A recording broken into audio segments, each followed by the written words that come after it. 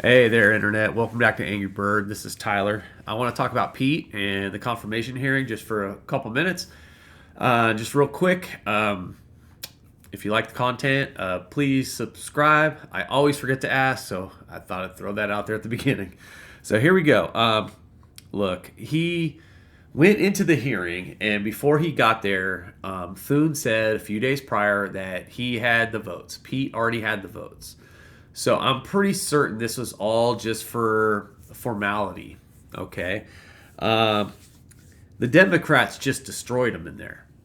But you have to remember what we're dealing with right now. We're dealing with a situation where um, evidence doesn't matter. Like I don't understand it myself, but people can just literally say it's a witch hunt and they're after me, and point some other direction, and everybody's like looking at the squirrel, or something, and they're missing the whole point of that accusation and what occurred, and we got to figure out how to do something about non-disclosure agreements.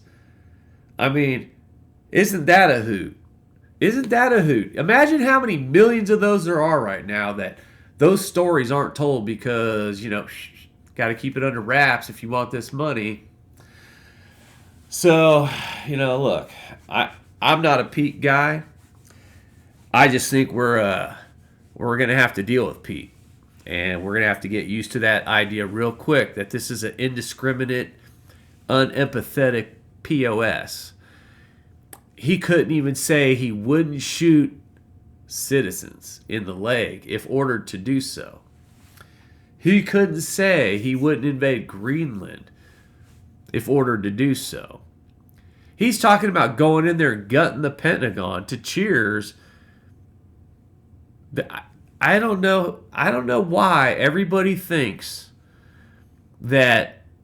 I know there's corruption in there, and we need to get out the buddy system and the contract system, but he goes and says something like nobody should be able to get back in the military or deal with contracts or whatever, be involved with contracts after they retire for 10 years. And then in the same time, he's saying, yeah, yeah, yeah. And then he's saying, oh, well, I don't know about me. So this guy's a complete idiot, man. He's so underqualified. He doesn't know which countries are where. He's clueless. And then the Republicans are like, yeah, but you're going to surround yourself by people, right? And what kind of nonsense is that?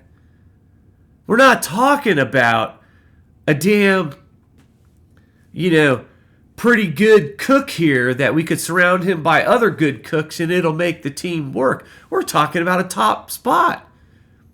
He needs to have integrity. He needs to have empathy. He should be siding with citizens. That guy, I swear, if he said Trump one more time, somebody should have walked up and hit him. This is what we're dealing with. And look, that smug on his face. You can't get over that smug. How it doesn't matter what you guys say to me. I got this anyway. That's how I was taking it. And so we'll see what happens. The FBI report apparently was half-assed, wasn't really done right. So we don't even know. We don't know everything there is to know about this guy. They didn't interview all the women in his life. They didn't investigate that non-disclosure agreement. We don't know anything about this guy except what he said, and what he said is pretty ridiculous. So the people that want Trump loyalists and only Trump loyalists, and they're surrounding themselves by Trump loyalists, they're going to find out real quick they're not in that circle.